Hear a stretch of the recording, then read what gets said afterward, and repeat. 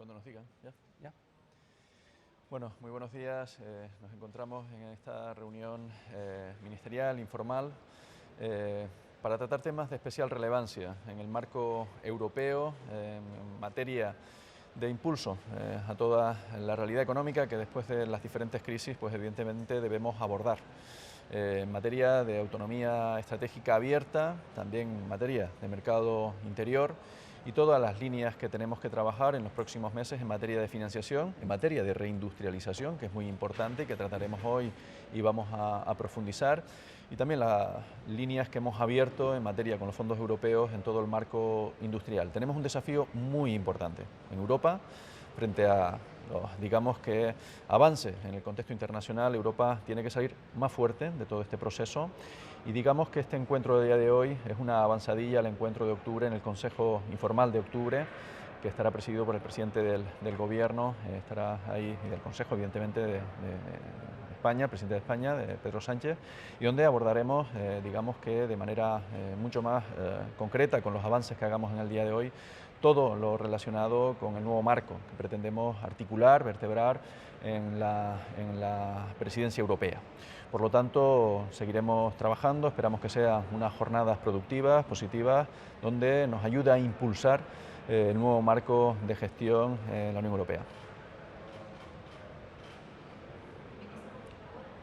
Sobre la propuesta de la Comisión de apoyar a la industria europea, la plataforma para las tecnologías estratégicas, ¿cree que la propuesta de 10 millones de euros adicionales, cree que es suficiente para apoyar a la industria? ¿Dónde estás tú? Bueno, puedo responder yo porque es parte de la propuesta de revisión del marco financiero plurianual que se ve en diversas formaciones del Consejo, no solo aquí, y como responsable un poco de ese dossier de manera horizontal, le puedo confirmar que está en este momento bajo estudio en el grupo, está bajo estudio en el Coreper. Hay diversas posiciones de diversos estados, hay algunos que consideran que es insuficiente. Hay otros estados que consideran que, bueno, les hubiera gustado una propuesta más de fondo de soberanía, no necesariamente el STEP, pero como presidencia solo le puedo decir que intentaremos encontrar un consenso. Yo creo que hay un interés de todos los países por obtener una financiación suficiente para como ha dicho bien el ministro, la reindustrialización de Europa en este momento. Y le puedo anunciar que ese va a ser uno de los paneles de trabajo de hoy, precisamente, escuchar a todos los Estados miembros su posición en este dossier. ¿Para España le parece bien añadir más dinero? Como presidencia no debemos fijar posición. posición en este momento. Debemos escuchar a todos, somos presidencia del Consejo y nuestra obligación es llegar a un consenso. Sí, solamente una cosa, como bien comentaba el secretario de Estado, forma parte del bloque del marco financiero, del plurianual, pero en cualquier caso hoy también hablaremos de financiación, de instrumentos adicionales en materia de industria y de todas las opciones que se abren en este periodo de oportunidad para la Unión Europea. Por lo tanto, hablaremos mucho hoy de financiación y concretaremos aún más en el mes de octubre en Granada.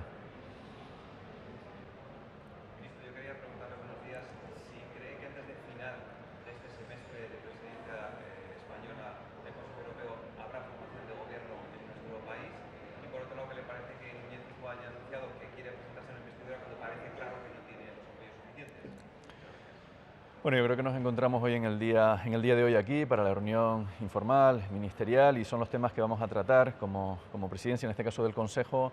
Nos debemos que limitar exclusivamente a analizar los temas a tratar en el día de hoy.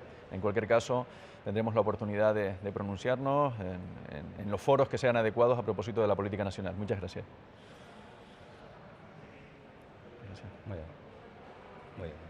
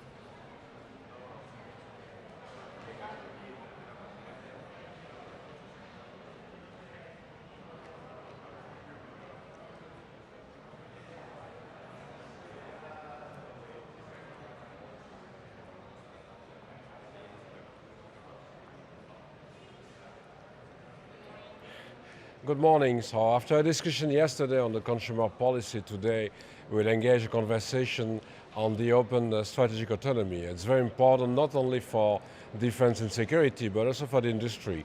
It was very clear during the pandemic with the production of vaccines. It's very clear since the beginning of the Russian aggression against Ukraine with the ammunition and the production of ammunition. But now we need to think about the more secure supply chains for all the industry and for new developments in Europe in the single market for food, for energy, for many kind of infrastructures. And so it's very important to engage with the member states about the so-called open strategic autonomy. I'm hoping that we'll define the next steps in such an evolution to more autonomy for the European Union. Thank you. Moi, je sais pas si vous voulez. Sur la proposition de STEP de la Commission, d'ajouter 10 milliards d'euros, plus les autres milliards de budget. On entend beaucoup d'États membres qui sont plutôt réticents sur le fait d'avoir du budget supplémentaire. Quel sera votre message au ministre? On a en fait deux grandes priorités dans toutes les discussions budgétaires que l'on mène maintenant. Bien sûr, continuer le soutien à l'Ukraine. Ça, c'est le premier volet important de tout le débat budgétaire. Je pense que là, il n'y a pas de doute, les États membres sont désireux aussi qu'on continue ce soutien. Mais nous avons beaucoup utilisé le budget normal de l'Union européenne pour faire cela.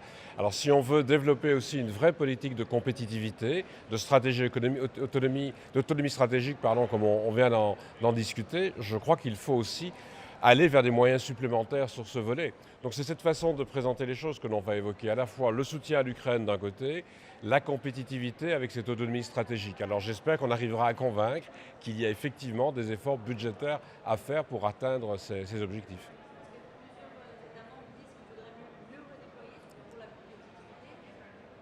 Mais on peut mieux redéployer sans cesse, mais on vient déjà de redéployer énormément, je disais, pour dégager une trentaine de milliards dans l'ensemble des moyens d'aide à l'Ukraine. Vous savez qu'on doit encore soutenir l'Ukraine très fortement dans les mois à venir. Si on veut continuer à le faire et en même temps investir dans la compétitivité, il y a certainement des redéploiements, mais il y a aussi un vrai besoin de moyens supplémentaires. Je vous en prie.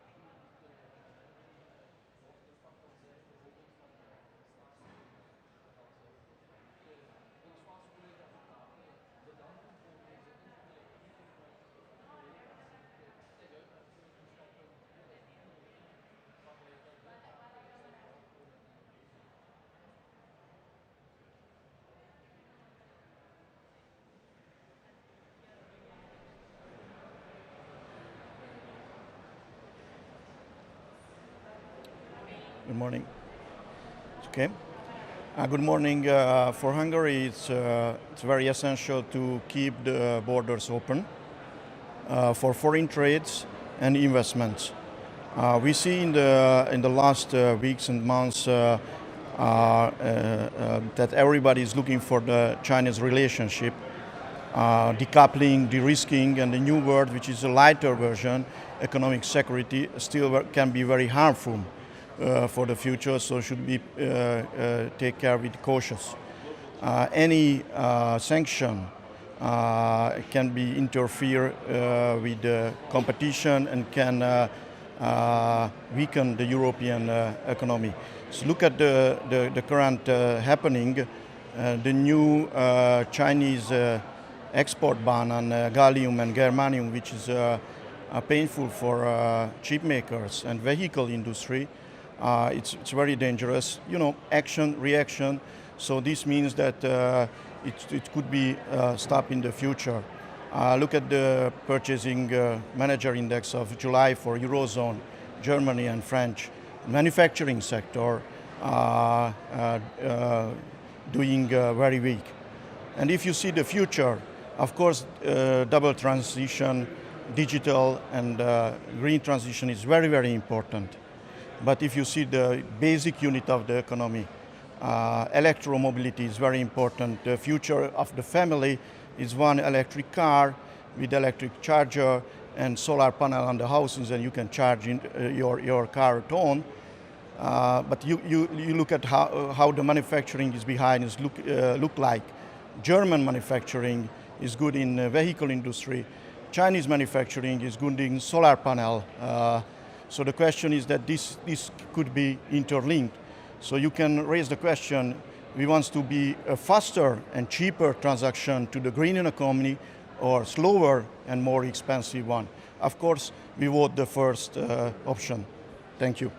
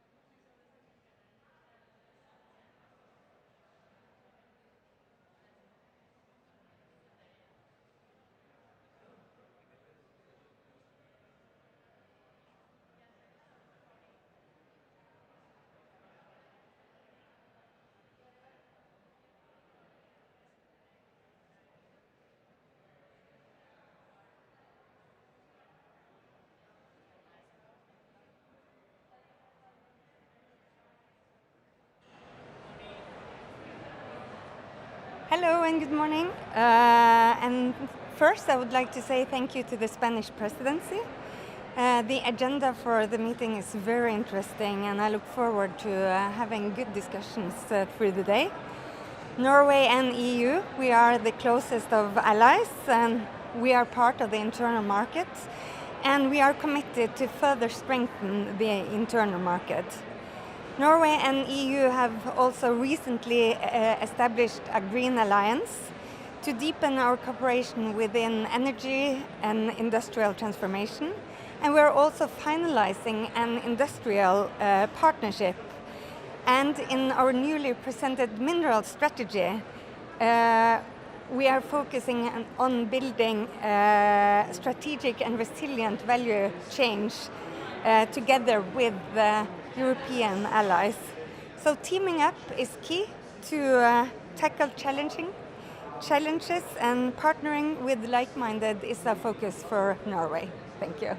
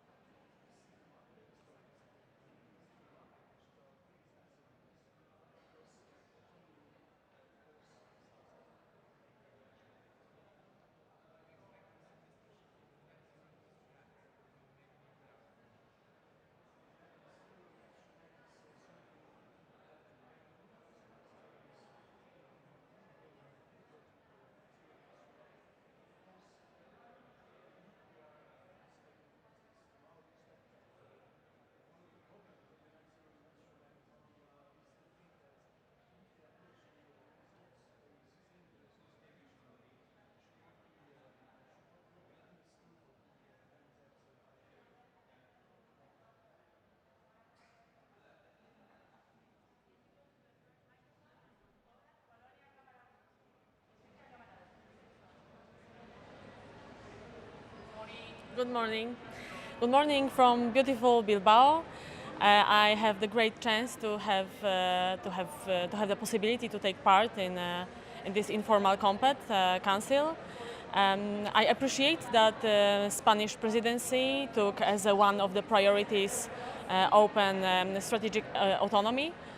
Today we will be discussing really important topics for the whole Europe, for its resilience to the risks, for its development, for the development of our enterprises. I mean here the single market and the need to deepen it.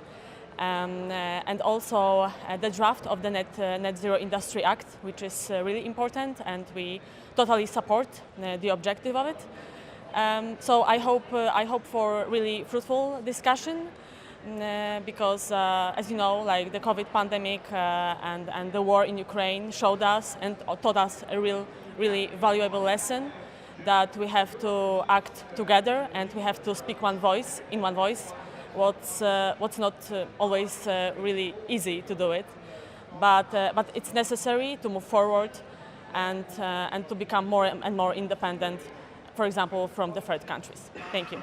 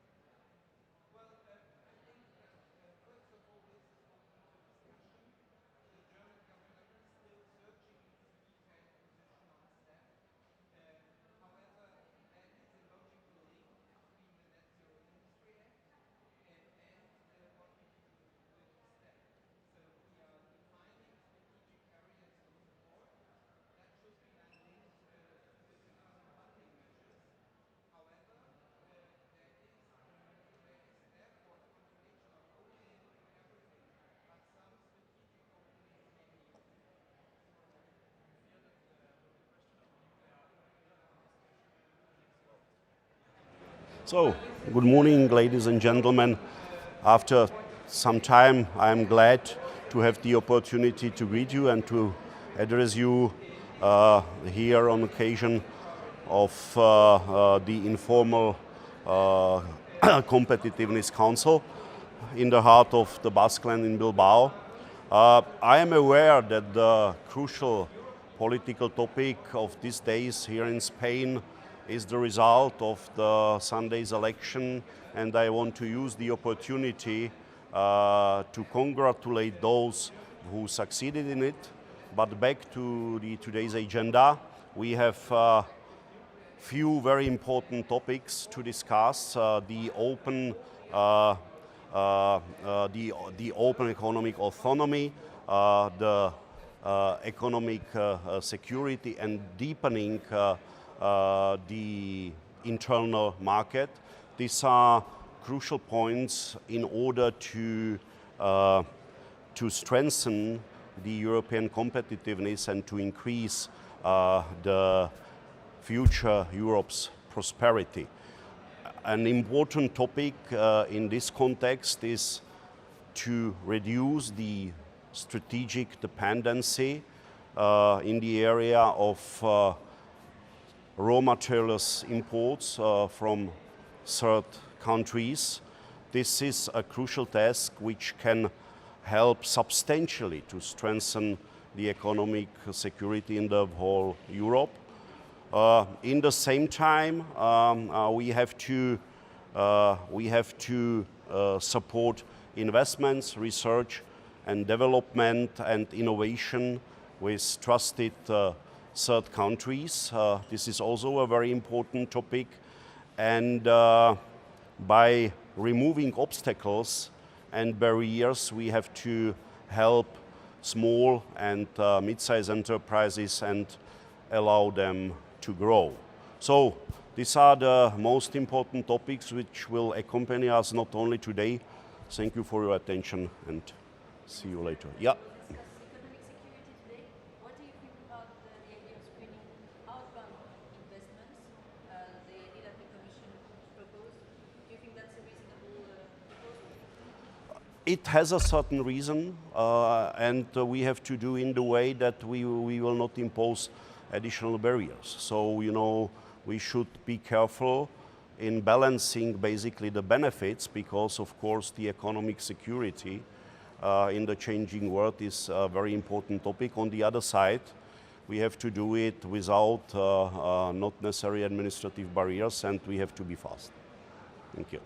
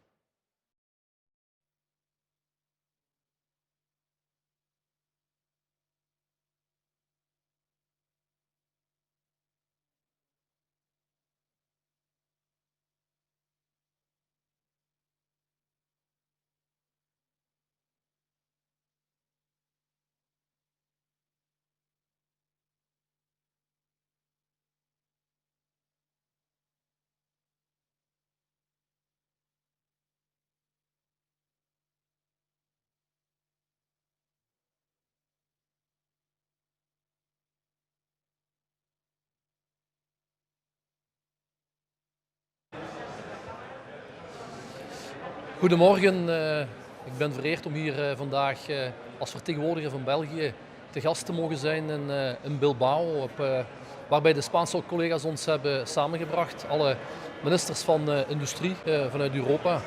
En we gaan ons vandaag onder andere buigen over het belang van een heel sterke interne markt voor die competitiviteit van Europa. We buigen ons ook over het belang van het reduceren van onze strategische afhankelijkheden van derde landen als het aankomt op grondstoffen, producten, technologie. Die onafhankelijkheid is belangrijk voor de toekomst van onze economie, voor die interne markt en de competitiviteit van de Europese Unie. Ik zal ook een werksessie voorzitten waar we ons buigen over de impact van crisissen zoals de Oekraïne-crisis, zoals COVID en hoe we die kunnen managen en wat de impact kan zijn bijvoorbeeld van staatssteun op dat vlak. Ik wil de Spaanse collega's ook van harte bedanken voor deze informele ontmoeting met de collega's en ik kijk uit naar het voorzitterschap in 2024 waarbij ik hen heel graag zal verwelkomen in Genk.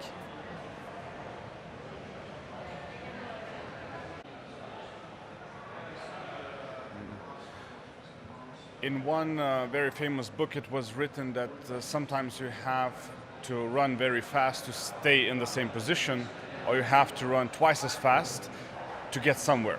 And I think this is something what we will be discussing today about the European Union, about our competitiveness, about the global challenges that we have, about the competition, and how we should respond to the issues that we face, both fundamental from the war to competition in economics, and how fast the European Union can actually run in this current global environment. Thank you.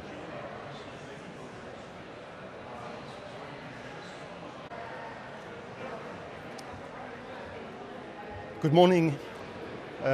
It is a very inspiring moment to be in Bilbao today, which is a city that has reinvented itself around culture and is known for the Bilbao effect. And I think this is a strong message also for the European Union to reflect on its future of a more resilient industry, an industry that is built around circular economy, more mindful about our resources, and building an inclusive economy for the future. I think this is what we are going to talk about today, and I think there is no better place to do that than Bilbao. I think also that in doing that we need to be mindful of building and perfecting a single market, the European single market, which is our biggest asset in this, because autonomy, of course, starts at home. Thank you very much.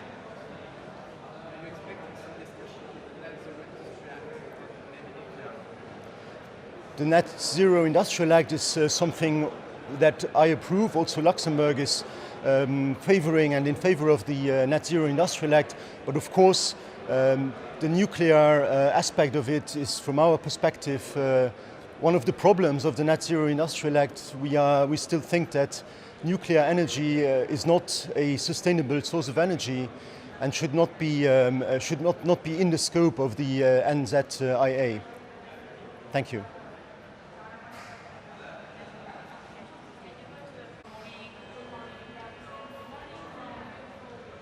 Good morning, everyone. Happy to be in Bilbao. My name is Helen Budliger. I represent Switzerland. I'm the State Secretary for Economy. Switzerland is a landlocked country without much natural resources. So for us, being competitive and innovative is absolutely key. So we really want to thank the Spanish presidency for inviting us to this interesting meeting, and we'll be interested to hear latest development in the European Union. Thank you very much.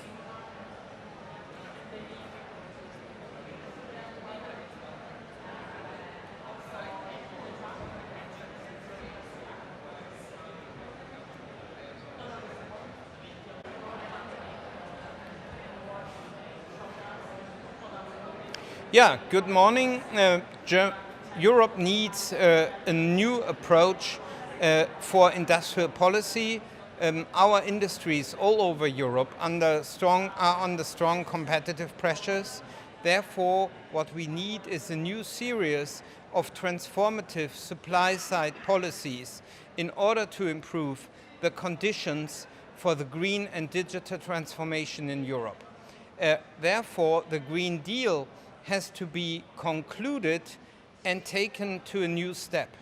So the main priority for the Spanish presidency, from our point of view, is to conclude all the useful proposals which have been made by the Commission including the Net Zero Industry Act, the Critical Raw Materials Act, and also the energy market design, only to name a few. So the Green Deal is not only a climate policy, it is also a tool for industrial competitiveness. At the same time, we have consulted mainly with industry, but also with the wider public and civil society and academia about bureaucratic factors which hinder the green transformation. And we received a whole list of policies from the European level where we can cut red tape, avoid contradictions between different pieces of European law. So the Green Deal and also the efforts for the digital economy are more needed than ever, also in order to make Europe more competitive. But we have to do it in a way that's actually supporting industry rather than stopping and hindering their investment, and Germany will put forward respective proposals.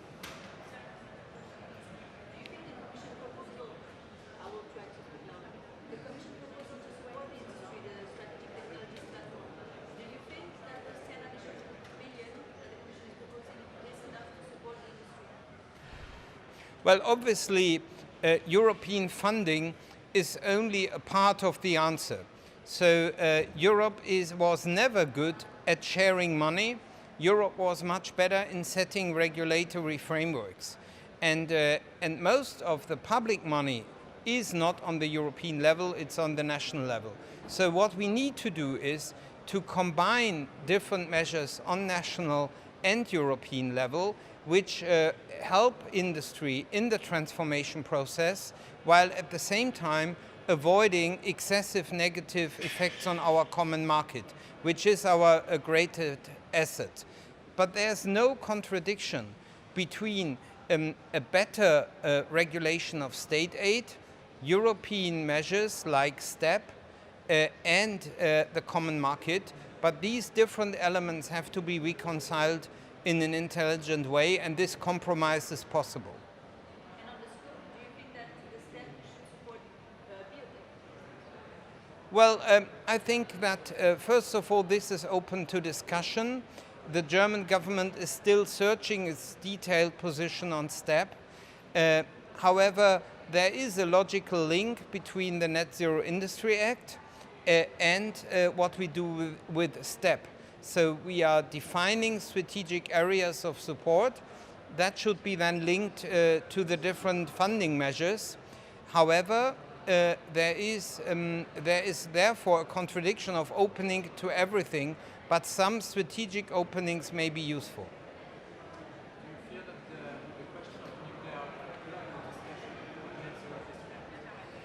Well, this is an open point of debate, and there's of course a tension. If the Net Zero Industry Act is basically defining funding priorities also for European money, then it's not logical to include technologies which are only supported by a part of the member states. European funding is for what we do together. And nuclear is something which we don't do together, but which is a choice of some member states. Therefore, Germany believes that the Net Zero Industry Act should not define the respective nuclear energy as a supportive area, while all the other technologies mentioned there deserve common support and are not divisive. That is where we stand on that debate.